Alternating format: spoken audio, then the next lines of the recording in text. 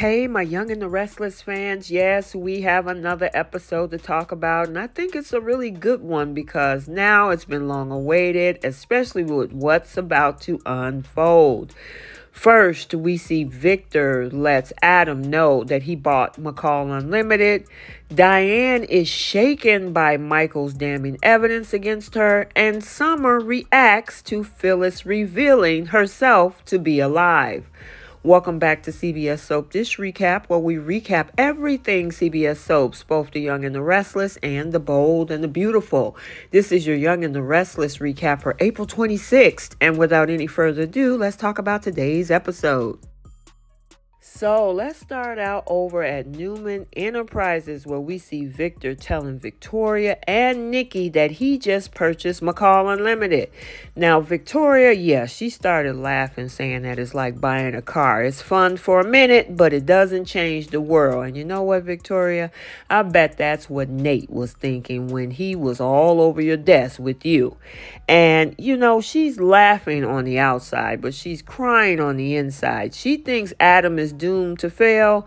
Yeah, I guess she's forgotten about how she almost lost the entire company to Ashland Locke, or how she even hurried up and hobbled back to work when Adam had to take over after the car accident. Why? Because she was afraid he would take her job.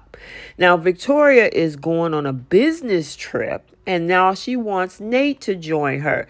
Now, he doesn't think it's a good idea, but told her since it's work-related, you know darn well what Victoria has in mind, Nate, and it ain't work. So let's head over to the Abbott house, where we see Summer leaving, and Kyle asks where was she going, and she snapped at him saying that she doesn't need to tell him. Oh, really? Now, if he told her something like that, she would pitch a hissy fit. It's not Kyle's fault. I know you worried about your mom not being with the land of the living. Boy, I wonder if Kyle's going to kick her to the curb with this upcoming secret she's going to keep. Anyway, we'll talk a little bit about that later. So let's head over to the coffee house, where Jack is still with Chance, and Jack wanted to know how Stark died. Poor fella, all he wanted was a kiss, and he got a stabbing of his life. Chance said a fisherman found his body in another jurisdiction. Boy, Phyllis, you were a busy girl with all that dead weight. So now over at the jail, Michael is visiting Diane, and he wants the lowdown on what happened between her and Phyllis the night she died. Now, Diane was surprised to hear that the poison was found in Phyllis's mask, and he told her that the poison was found also in the suite at the GCAC, and asked if she was the one that planted it there. And he showed her a statement and a credit card where she purchased the poison too. Now, how stupid would Diane have to be to do that and leave it in her room? And Diane, of course, told him Jeremy is behind this. Then Michael played the recording of Phyllis saying that she was afraid of her. Now, Diane said that's not how she was acting all that day, especially when she was the one that followed Diane upstairs. Michael, have you forgotten how Phyllis told you and Lauren that she wanted that bee dead? I mean, did she look like she was afraid of Diane? Now, Michael showed her some type of letter, and Diane told him Phyllis must have panted it the night she found her in the room before the party. And I tell you, Diane sure did leave a lot of evidence laying around. Sure, right. That's just too easy. Now, Diane wants him to find Jeremy, but after she leaves to go back to her cell, Kyle calls and tells him that Jeremy is dead. So now we're over at Society, where we see Victor informing Adam of his new purchase and told Adam he begins work tomorrow. Adam said, I'm going to have to think about that. And by the way, don't use your new granddaughter as leverage to get me to go back to work.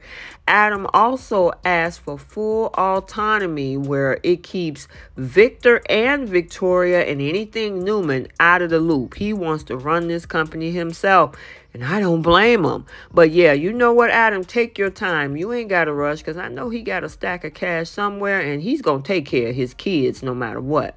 So finally, over at Chancellor Park, we find out that this is one reason why she didn't want to tell Kyle where she was going.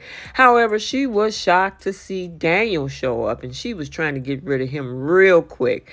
Daniel was like, oh, we need to share our feelings, and she figured out a way to get him out of there by telling him that Stark was found dead. Yes, their newly found stepdad was now gone. However, this was her opportunity to tell Daniel to go find Chance to get more details.